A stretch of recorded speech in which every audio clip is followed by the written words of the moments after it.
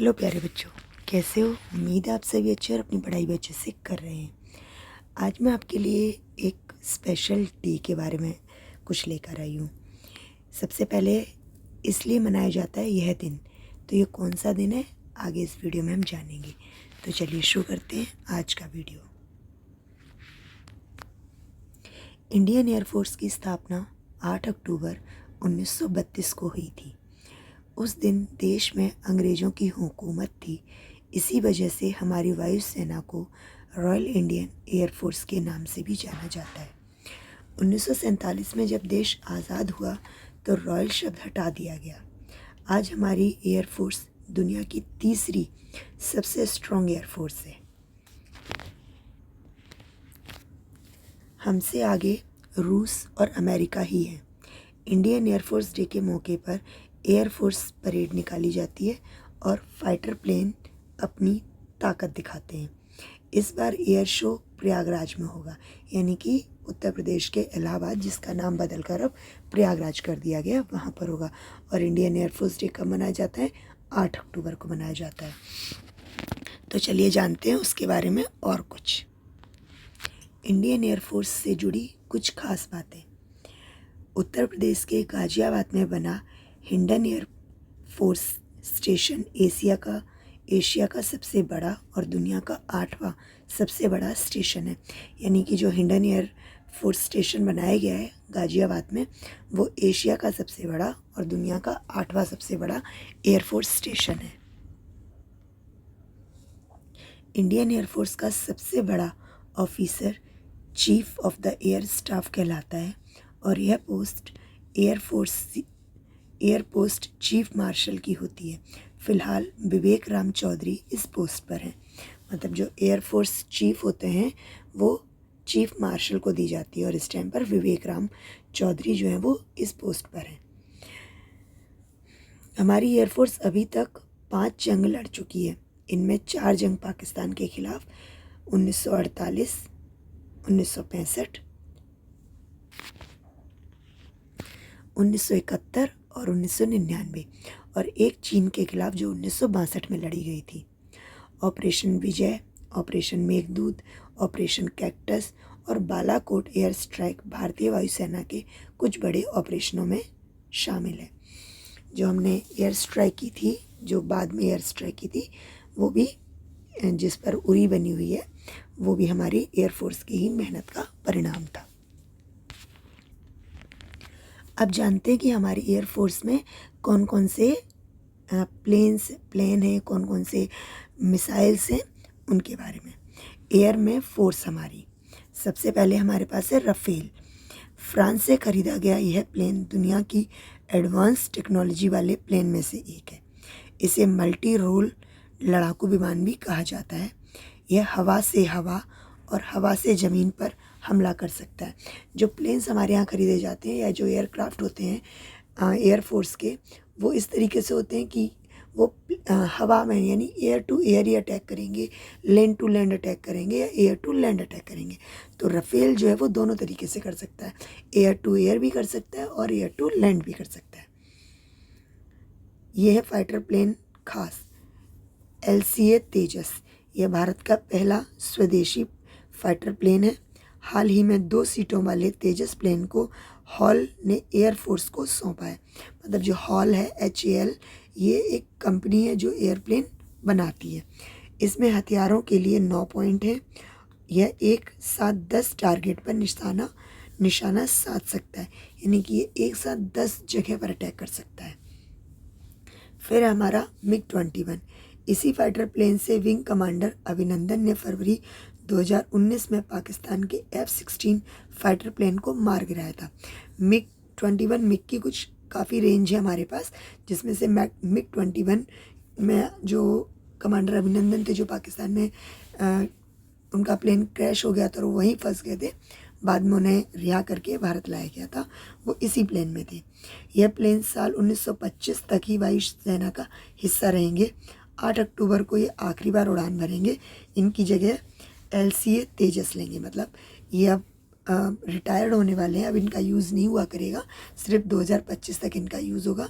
और ये जो रिटायर होंगे वो उस दिन 8 अक्टूबर ही होगा, क्योंकि एयरफोर्स डे होगा उस दिन, और इनकी जगह पर हमारे LCA तेजस आ जाएंगे। अगला प्लेन है हमारा सुखोई 30 MKI। यह फाइटर प्लेन को इंडियन एयरफोर्स की बैकबोन कहा जाता है। इसे भारतीय कंपनी हिंदुस्तान एरोनॉटिकल लिमिटेड यानी हॉल ने रूस के साथ मिलकर बनाया है। यह फाइटर प्लेन किसी भी समय, रात या दिन और किसी भी मौसम में दुश्मन पर हमला कर सकता है। यह ब्रह्मोस मिसाइल को भी फायर कर सकता है। मतलब जो ब्रह्मोस मिसाइल जाती है वो सुखोई 30 से ही जाती है। अगला है हमारा मिराज 2000। इसे फ्रांस की कंपनी ने बनाया है। इस फाइटर प्लेन ने पाकिस्तान के खिलाफ सन 1999 में कारगिल युद्ध के दौरान और सन 2019 में बालाकोट एयर स्ट्राइक के दौरान अपना जलवा दिखाया था। मतलब मिराज 2000 से ही एयर स्ट्राइक हुई थी और उसी से 1999 में कारगिल का युद्ध जीता गया था। अगला है हमारा जगुआर। यह हवा से हवा और हवा से ज़मीन पर हमला कर सकता है। इसे ब्रिटिश और फ्रेंच कंपनी ने मिलकर बनाया। इसकी सबसे बड़ी खासियत है कि यह कम ऊंचाई पर स्थित उड़ान भर सकता है और हथियारों को ले जा सकता है। तो इसमें बहुत ज़्यादा ऊंचा उड़ने की ज़रूरत नहीं है इस प्लेन से। आप कम ऊंचाई पर भी इसमें उड़ सकते हैं और इसमें हथियार भी रख सकते हैं। नेक्स्ट है हमारा MiG-29। पहले अभी हमने पढ़ा था MiG-31 30 और अब हम पढ़ रहे हैं MiG-29। इन फाइटर प्लेन को अपडेट किया गया है। इससे ये दुनिया के लिए और ख़तरनाक हो गए हैं। लड़ाई के दौरान यह दुश्मन के एयरक्राफ्ट को जाम भी कर सकता है। यह रात में नाइट विज़न चश्मे के साथ काम कर सकता है। हवा से हवा में फ्यूल भरने की क्षमता के कारण इसकी रेंज भी लंबी है।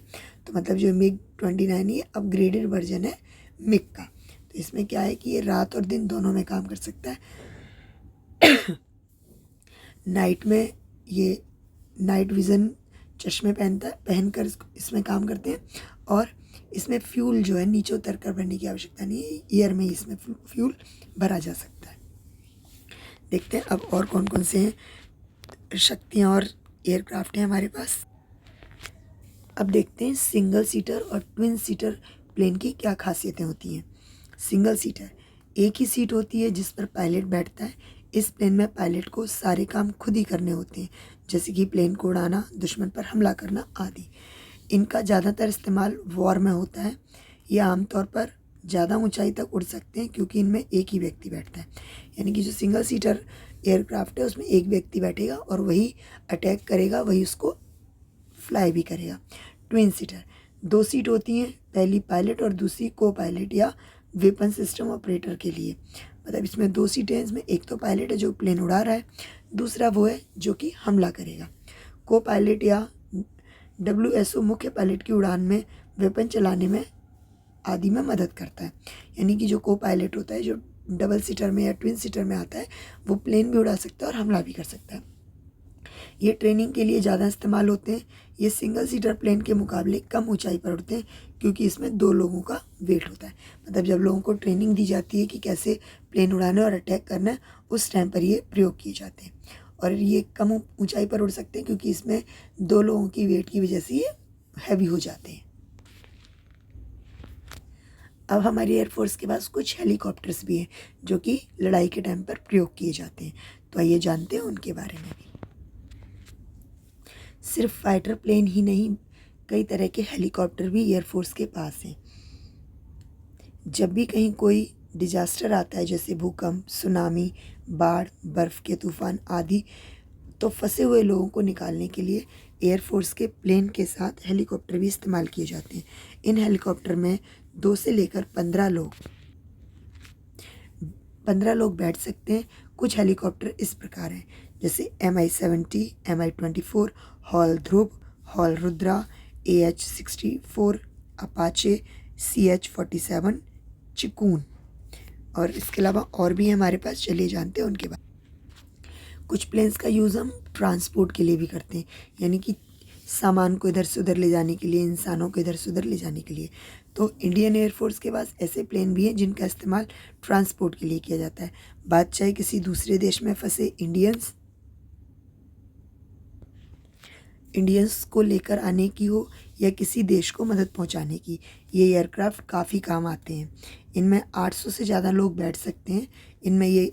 इनमें ये एयरक्राफ्ट मुख्य हैं: Boeing 737, Boeing 777, C295, C17 Globemaster 3, C13-130J super Hercules और हॉकर सिडले HS-784। तो ये जो प्लेन्स हैं हमारे ट्रांसपोर्ट प्लेन्स हैं, जो कि ट्रांसपोर्ट यानी कि लोगों को या सामान को इधर उधर पहुंचाने का काम करते हैं। और लास्ट में हम जानते हैं कि हमारे इंडियन एयरफोर्स का मोटो यानी कि आदर्श वाक्य क्या है। इंडियन एयरफोर्स का मोटो या आदर्श वाक्य है, नभे सप्रशम दीप्तम है। हिंदी में इसका मतलब हुआ, गर्व के साथ आकाश को छू।